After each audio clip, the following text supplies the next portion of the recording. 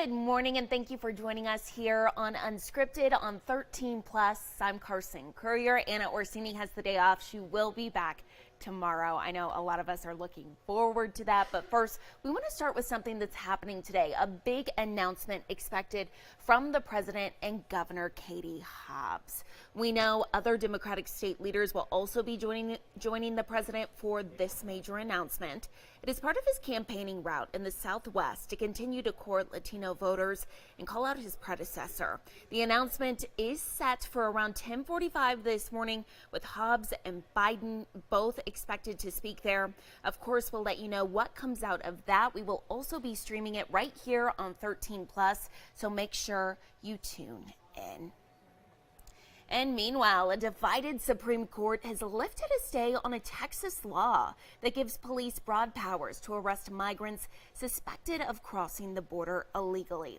The Biden administration is suing to strike down the measure, arguing it's a clear violation of federal authority that would hurt international relations and create chaos in administrating immigration law.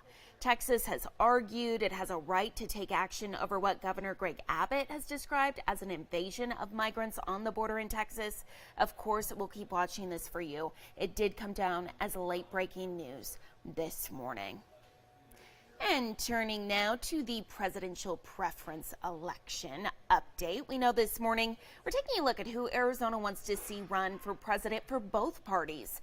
And if you've been paying any attention to how these primaries have gone, it is no surprise. For the Republicans, former President Donald Trump leads with about 78% of the vote. And on the other side, the Democratic side, the race has been called for incumbent President Joe Biden with about 80% of the votes in.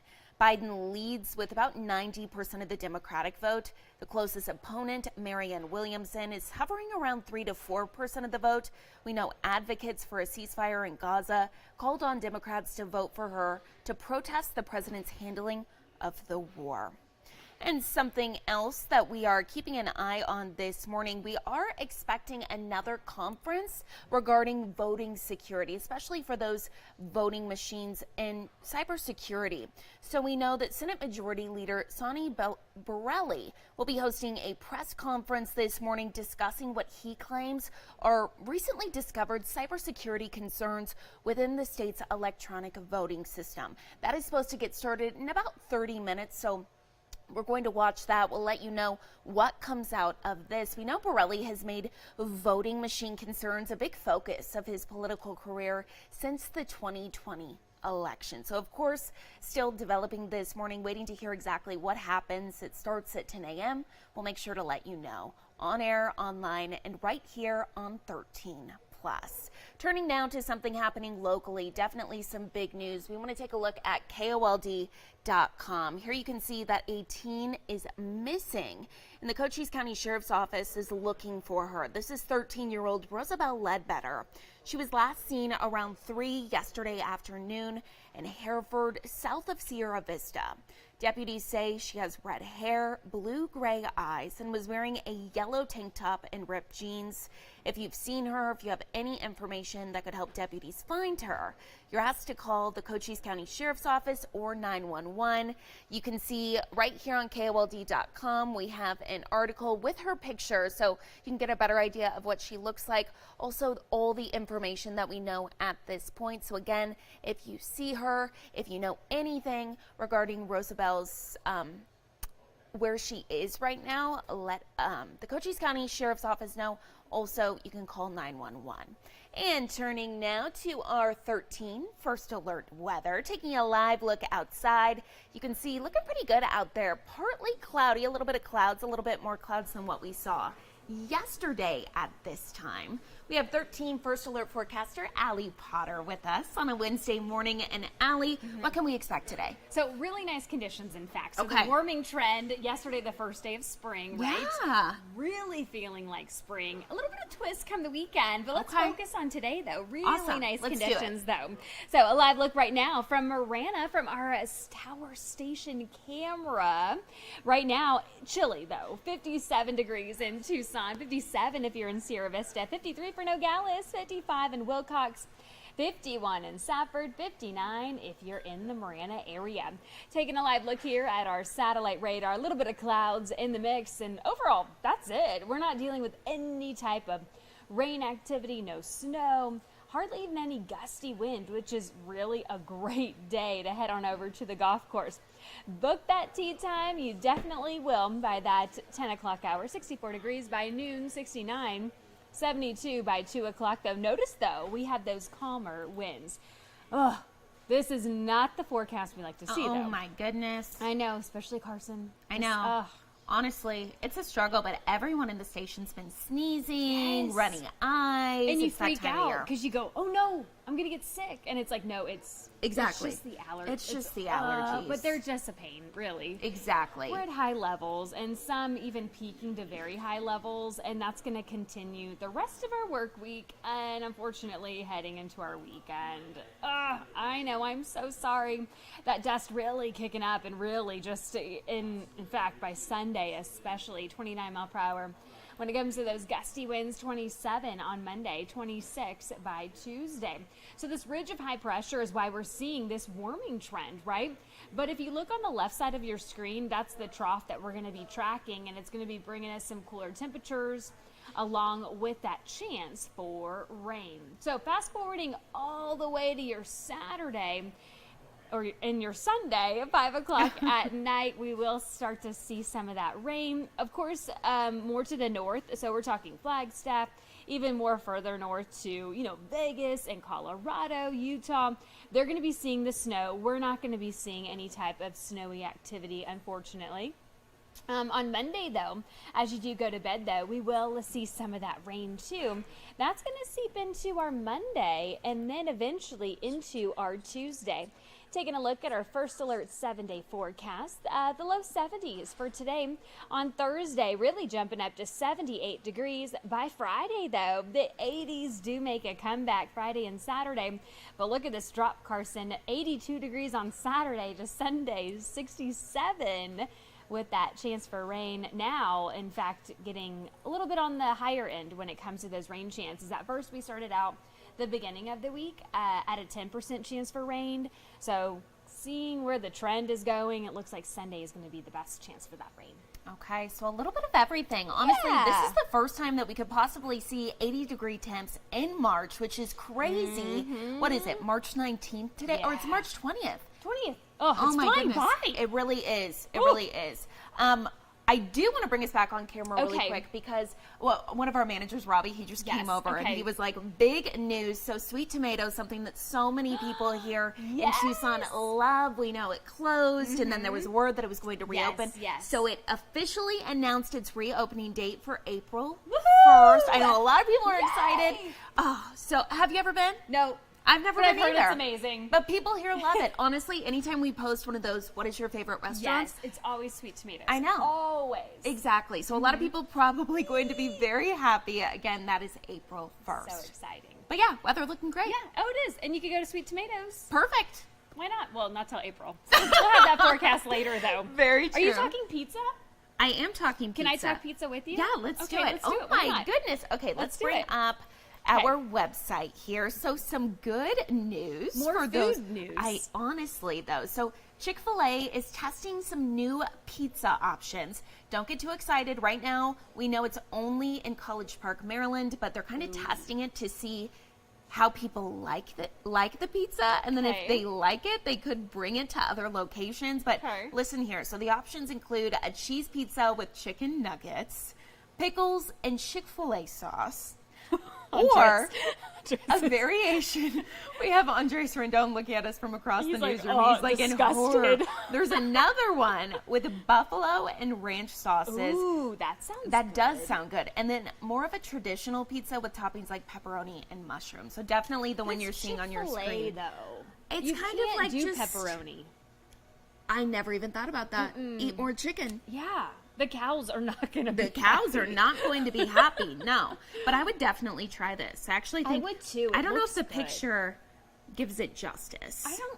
I think the pickles can be intimidating. Wait, there's a bunch of pickles. That's not I know. Chick-fil-A like. Usually there's like 2. in the Exactly. sandwich. So we'll see.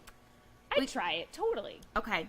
Speaking of something else. We have to go to Maryland, though. We do. College Park, Maryland. Throwback well, it's Wednesday, but I was in College Park, Maryland at this time last year. Were you really? Covering the NCAA tournament for the women. Oh. So what are the odds?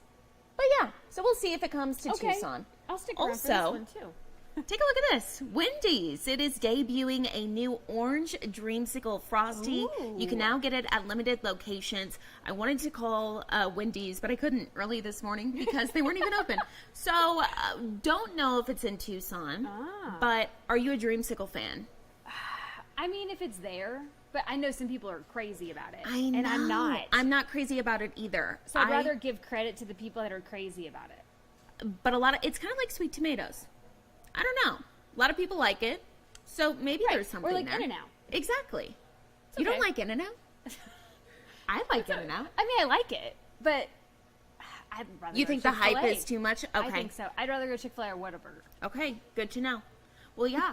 Oh, lastly, I mean, I'm just going to keep Allie Potter here for Why not? all of our I'm food here. news. Perfect. The weather's great right now. Exactly. So, okay. Look at this. I have an opinion on this one. Okay, you do have an opinion. So this is actually the first time in 40 years that EG's Wow, I didn't is realize offering a new everyday flavor. So this is going to be 40 around. years? Yeah, this is going to be around all the time, not limited Right, edition. right. People are very excited. 28,000 people voted for mango, so it is now a flavor that you can get, I believe, at the end of April. Yeah, at the end of Nice, April. okay. So, thoughts? Tell me. I wish it was watermelon.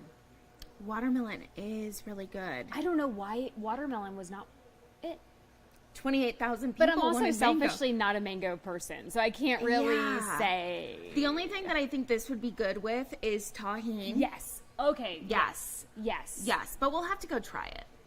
Why not? Yeah, it'll be around forever. Exactly. We have It will time. be around forever. That is true. Well, before you leave, let's just go Yes. ahead and take a live look again out to Mount Bigelow. Gorgeous beautiful. day. Gorgeous day to, I love it. well, I was going to say go get a EG's, but you can't get it till the end of But April. you get a different flavor. You get a different You flavor. could get a frosty, but maybe a different flavor. Maybe a different flavor. And pizza. And no, pizza. Not Chick-fil-A. Or Chick-fil-A. Wow, what a day. Unscripted, baby. Yes, ma'am. Happy Wednesday. Thank you, Allie. Perfect. Well, in other news now, I'm going to go back to some more newsy segments here. I just wanted Allie Potter to stay longer. Taking a look, we know that soon you will be able to kind of learn more about what your tax dollars will be spent on when it comes to transportation. So if you're someone who has a lot of different thoughts on, hey, I think Tyler Butler said monorails. He's like, I want more monorails. And other people are saying, I want more bike lanes. So actually, there's a new conference that you can actually attend and give your 2 cents. So our very own Andres Randon, he went to the first conference yesterday, and he has everything you need to know for the future ones. The main focus at the open house was what projects are coming up and how they will be funded, and that's what the Transportation Improvement Program, also known as TIP, showed folks at the meeting. The 18-page document details what projects are currently underway, detailing the type of improvements, and it breaks down how it will be funded up until 2029. For example, one project on the books is a widespread effort to enhance ADA accommodations at multiple bus routes by including sidewalks and ramps. And because the Old Pueblo is known for its bike-friendly trails, cyclist safety was another top priority on attendees' minds. We're always going to evaluate the opportunity for installing protected bike lanes. 2 on this list in particular that are early enough a design concept that we will be looking at that are the Drexel Road Bridge. So we'll be looking at having protected shared use paths on both sides of that structure, as well as protected bike lanes on the approaches. And then the First Avenue modernization project. Now, there are still 2 more open houses that people can attend in person. One's going to be today from 4 to 6 p.m. at the Abrams Public Health Center. Another one tomorrow from 11 a.m. to 1 in the afternoon at Wheeler Taft Abbott Senior Library. We're going to have all this information and more on KOLE.com. In studio, Andres Rendon, 13 News.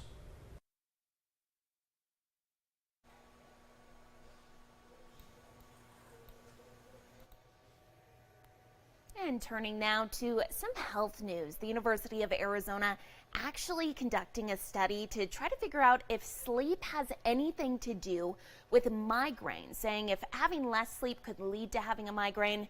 We know a lot of women especially have migraines pretty often. So I actually sat down with the doctor. He's one of the lead researchers of this study and talked a little bit about those migraine symptoms and what people can do to kind of give themselves a little bit of relief. Let's take a listen.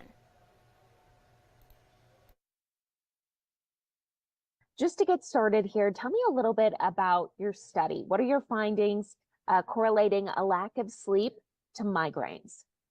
Yeah. So maybe just a couple of comments about migraine first, so to put it into some perspective. So migraine is a very, very common neurological disorder. It really is much, much more than a headache. Most people think about migraine as a headache, but it's really much more than that. It's actually a neurological disorder. And it affects maybe 47 million people in the United States. Most of those people are women. So it's about 3 to 1 female to male. So more than 30 million people in the United States suffer from migraine. More than 30 million women in the United States suffer from migraine. And there's been a suggestion that there's a link between migraine and sleep. And partly because many migraines happen when patients wake up.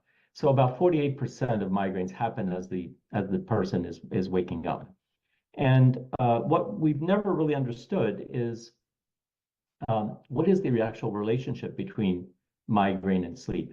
So if you have a migraine, does that mean that you want to sleep more? Or does the migraine actually disrupt your sleep? Or alternatively, if you have disrupted sleep, does that somehow increase the likelihood of having a migraine attack? And so that's really what we were trying to understand, what we were trying to investigate. And so what we did is we asked the question both ways. So if you have a migraine, does it disrupt sleep? And the answer is no. We didn't really see any evidence of that. But when we had disrupted sleep, then the likelihood of having a migraine is much higher. And of course, disrupted sleep happens, for all kinds of reasons in life, and so this might be one of those parts of life that maybe we could help control a little bit to decrease the chances of having a migraine attack. And of course, when you're talking about 30 million women in the United States suffering from this, when you think about women, a lot of them are moms dealing with children and a lot of disruptions that could cause them not to have great sleep. Is there anything that you guys have found that can help with sleeping or help kind of with those individuals who are struggling with that? Yeah, well, so I mean, these are all lifestyle kinds of things that have to be considered.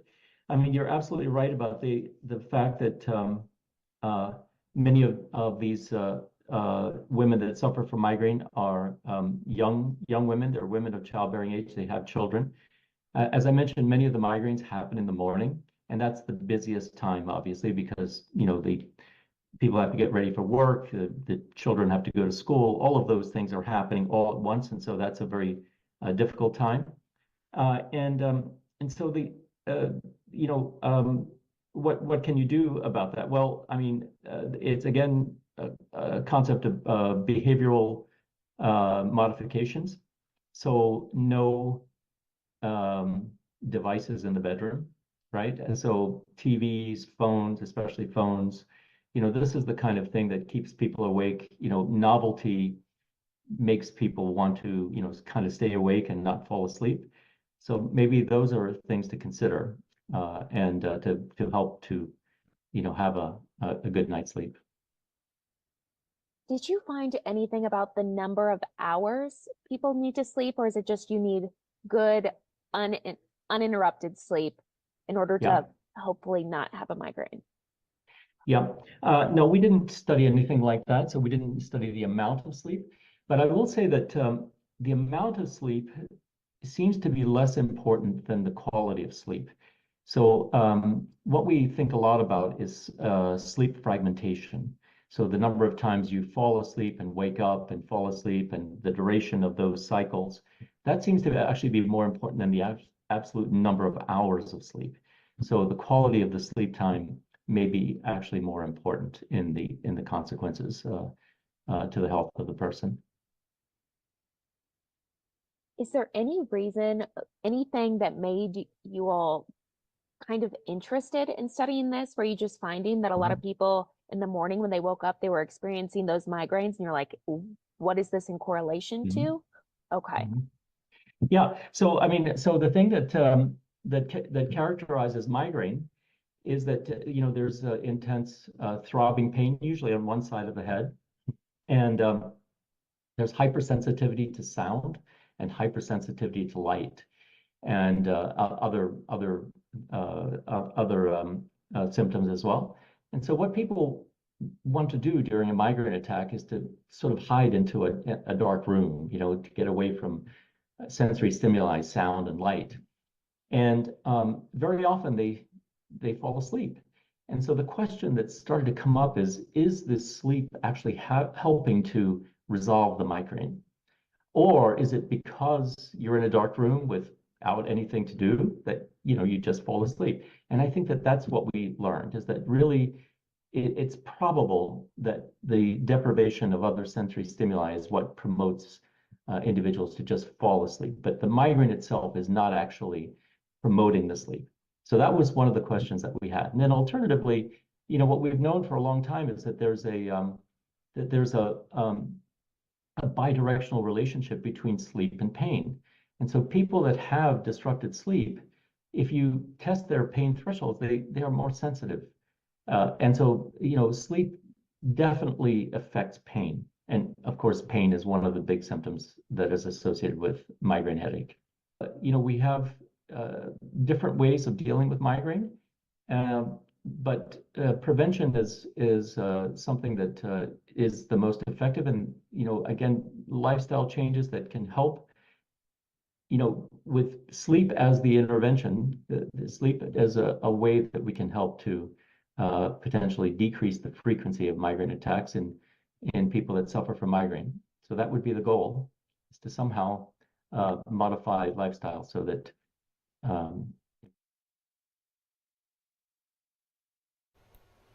And to end out this segment of Unscripted on 13 Plus, we want to go back to our website, KOLD.com. Top left corner, you can see our top story is about sweet tomatoes. We just learned the grand opening date is April 1st. For all of you that are interested, have loved sweet tomatoes over the years, we know it closed, and then a bunch of people were sad they wanted it back. Well, it's going to be reopening on April 1st. So if you want more information, go to KOLD.com. Click that top story, top left of your screen. It has everything you need to know. Taking a final look outside on this Wednesday. Looking like a gorgeous day out there. Definitely get outside and enjoy it. Thank you so much for watching this morning. Tune in tomorrow morning. Anna Orsini will be back. We're very excited at 9:30 on Unscripted on 13 Plus. Thanks for watching.